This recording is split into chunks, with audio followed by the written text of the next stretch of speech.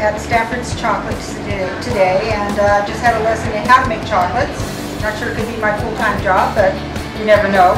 This is Rob, and Rob's going to tell us a little bit about his business in terms of the 8 P's of excellence and how the key of integrity had to do with taking over this business and how you have sort of integrated that into your philosophy and vision. Larry Stafford started Stafford's Chocolates over 20 years ago. He passed away about 5 or 6 years ago, and his family were all doing their own thing, pretty much stopped life as they knew it and kept the business open. That was something that really drew me and my family to Stafford's when the family decided to sell the business. What was so impressive to me was the courage and the loyalty that the family had, not only for their father and their husband, but to the integrity of the chocolate that their father had been making for so many years. Because of that commitment, because of that loyalty, my family really felt like we wanted to be a part of this. And we decided that as a group that we would not only participate as a family, but we would learn the business and we would share Larry's story and his family's story with everyone, as long as we were here in business. You must have had a thought process going on about how you wanted to continue his vision, but then maybe you thought about using the newfangled sorts of technology that a lot of chocolate places are doing. And then you probably got back to the integrity part. Now, would Larry do that? Would Larry not do that? So can you tell me a little bit about how you do these chocolates now, but still keeping integrity as part of it? Sure, that has been a very big part of what we do here. We did a lot of research and talked to a lot of other chocolatiers, chocolate makers, and suppliers throughout the country. And sure, we could sell, or we could buy our product a lot cheaper than the way we make it.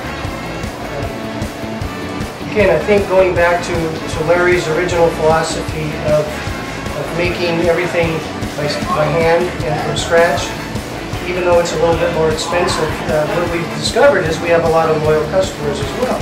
We know that they would be able to tell the difference, and we would also be able to tell the difference. And so, because of that, we have made that commitment to follow Larry's recipes, to follow his business philosophy and his style, and continue with that at any cost.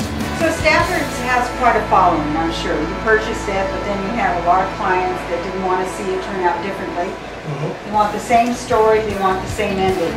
But with any new business has to come new energy, has to come new ideas, there's new technologies, etc. So we've already talked about not so many new technologies to keep the chocolate like it is, but I hear that you're doing wine and chocolate pairings of some sort, and you're doing it locally, so that really fascinates me that you didn't go out and get, I don't know, Mondavi wine or something. You did it local, so can you tell us a little bit how that process went? Sure, we're a small business, and so we love doing business with other small businesses. We all share the same goals and the same challenges. And we have a really neat little winery out here in Porterville called the Bell Winery. John Woodmansey and his wife Marty own the business, and Marty and John came in one day and brought some wine, and we all sat around and drank wine and tasted chocolate and decided, hey, we've got a pretty good little combination going here. And so they opened our eyes to another whole world that Larry never really had a chance to get involved in yet, so we're excited to. And was that before or after you opened your other business? Oh, that was before. Country? Yeah, that was before. I think any time that you start getting involved in wine and things like that, you need to know what you're doing ahead of time, because you're going to be asked a lot of pretty tough questions. You probably need to be a little bit flexible. Yes, there we go. A little innovative, a little flexible. You need to keep your balance, however, whenever you do that. Good way, and going back to what we talked about before, about being able to, at the end of the day, feel good about what it is you're doing and not compromise it too much. So we're not off Larry's path, but we're sort of broadening his path. You betcha. I think he'd be very proud. So Larry had a vision, you came in, you're continuing that vision. So let's talk a little bit about what that vision includes, including the types of variety of chocolates that you have. Okay, well, Larry invented a few things. Ooey Gooey's, these right here are made of our homemade marshmallow, a layer of caramel and a layer of peanut butter, dipped in chocolate, and then covered with almonds on top. Those are pretty much world famous at this point. I didn't even realize until we got in here and people were calling from all over the country, as far as away as North Carolina, to get their Ooey Gooeys. So tell me a little bit about how, if I can't come here, if I can't be in the shop like I do today, how could I possibly get your chocolates? Well, we have a website. You have a website, all right? We do, and you can certainly call in.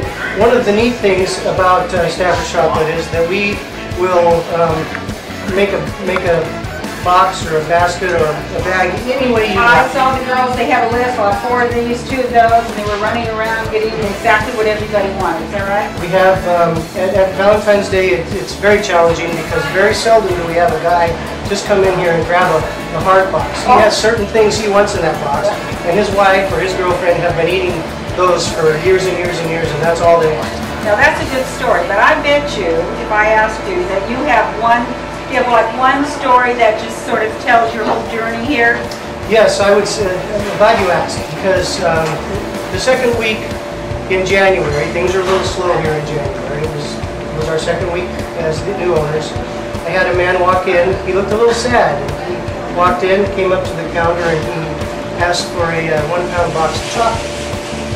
And he came and sat down while I was making his box of chocolate, trying to start a little conversation with him.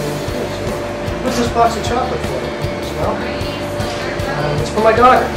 She called last night. And, she's in Germany. She just joined the military, and she was homesick. And this was the first Christmas that she'd been away from home. And she called and she said, Dad, I'm really homesick. I'd really like to have a taste of pork, a taste of home. And she said, will you please get me a box of Stafford's chocolates and send it to me. After that, I knew I was in the right business. That was just very, very special. And it made me realize how we have an emotional connection sometimes with things and the chocolate and tradition, and we're really pleased to be able to carry that. So we think Larry did a really great job, and Bob's doing a really great job. So Diva says this is a good place for you to come. Diva out.